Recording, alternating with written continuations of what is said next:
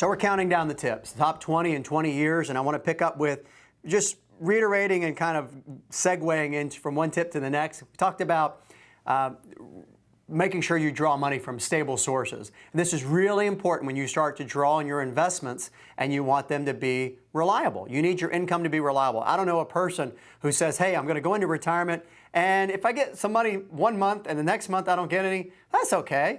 You know, hey, que sera, sera. Well, no, that's not how it's going to work. At least it's not going to work very reliably. And unless all of your income needs are discretionary, and again, I know very few people that are in that position.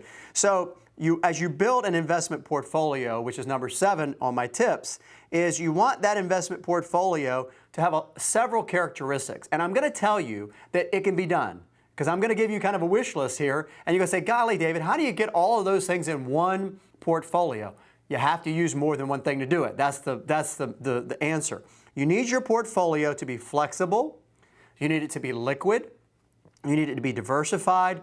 And you need it to be low cost. It needs to be all of those things. Now, not each investment has to be all of those things, but your overall strategy needs to include those things. So you need to have the right level of risk that's going to be acceptable for your goals and also acceptable for your comfort level. So again, you can sleep at night. No financial planning is going to work if every night you're up from 1 to 6 in the morning, unable to sleep. You're just not going to make it that way.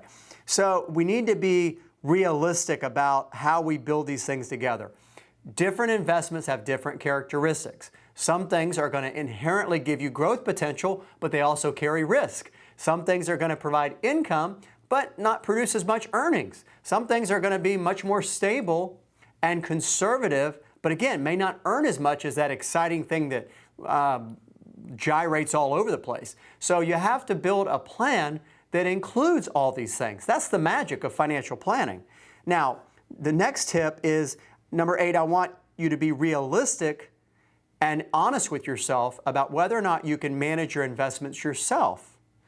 You know, in order to do that, you really have to have the time, the talent, and the interest. If one of those 3 things is not there, then it's probably better to find somebody else to help you. If you don't have the time, well, you could be the best financial person on the planet, but if you don't have time, you don't have time, right?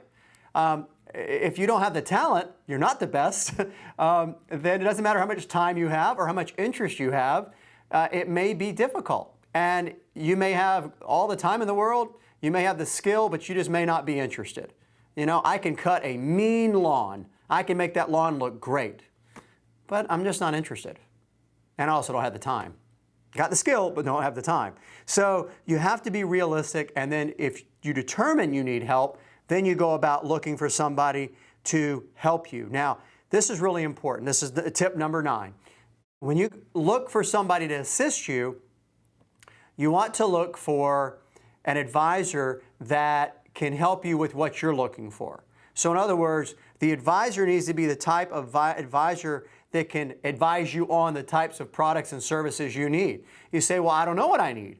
Well, then you better interview more than one advisor to try to educate yourself and understand, and don't be afraid about getting educational material to learn a little bit about how this works, because you're going to be trusting them to advise you about which products and services make sense for you for what you're wanting. So you need to be clear about your goals and objectives, and you need to figure out and use as part of your interview process what types of products and services match up for what you're wanting, and then that helps you kind of figure out what kind of advisor you need. So for example, if you know you need growth, then going to a life insurance person is probably not a good match, because that's about protecting people from somebody dying too soon. That's what life insurance does. That's not about growth of your investment dollars.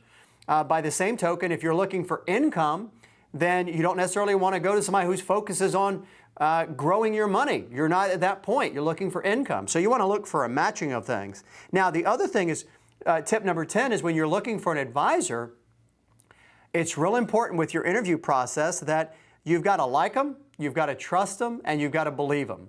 3 more things that all need to be there. If you don't like them, it's not going to work. If you don't believe them, it's not going to work. And if you don't trust what they are telling you, it's not going to work. So you need to like, trust, and believe. And you need to figure that out through the interview process and ask questions. Don't be afraid. Now I'm shift gears. Tip number 11, back to more of the financial planning. Really important for couples. You want to reduce marital stress and strain in your finances? Because that's a big part of marital, there's some nice ways of saying this, incongruence or troubled waters. Well, marital strife, marital difficulty, a lot of it comes from finances. You want to avoid that? Here we go. 2 words, budget, financial plan. Well, that's 3 words. Budget and financial plan.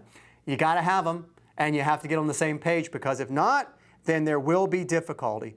If one person is not involved, the other person needs to be involved. Please, please, please do that. It will help save problems. Now, part of planning for a couple as you're looking forward into retirement, another big one, Social Security. There's been a lot of changes to Social Security and how you make choices about the types of elections you can make for your retirement benefits through Social Security.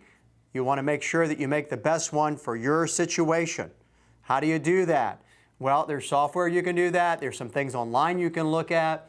But you want to make sure that if you're working with an advisor, they're familiar with the different strategies.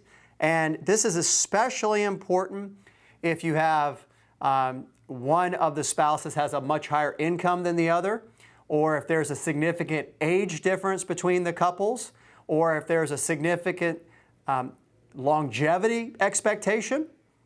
If one person comes from a family of people that all lived a very long time and one not so much, these kinds of decisions become very, very important. Because when you put these things together, you know, the choice about Social Security, how you invest, how you work together as a couple and work with an advisor, and how you build the plan, how you accommodate, and this is really important, how you accommodate each person in that couple relationship, each of your preferences. You're building an overall plan, but you've got your respective monies. So how do you do that? You know, do you want one spouse's money to be targeted for growth? And maybe that's the person with the greater longevity?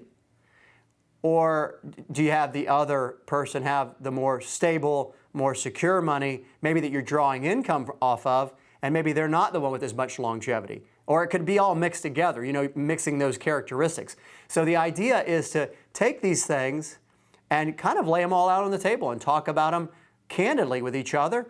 And again, this is where if you choose to work with an advisor, sometimes the advisor can help you think it through, be a good listener to help. You know, a lot of times I find that couples are saying the exact same thing, but because they're used to disagreeing about their money, what one says, the other one doesn't hear. It comes out one person's mouth, and by the time it reaches the other eardrum, it's been translated into, well, you don't respect what I do about my money. You know, it gets translated, so, or misinterpreted, I guess is really what I'm trying to tell you. So be careful with these things. Think about them.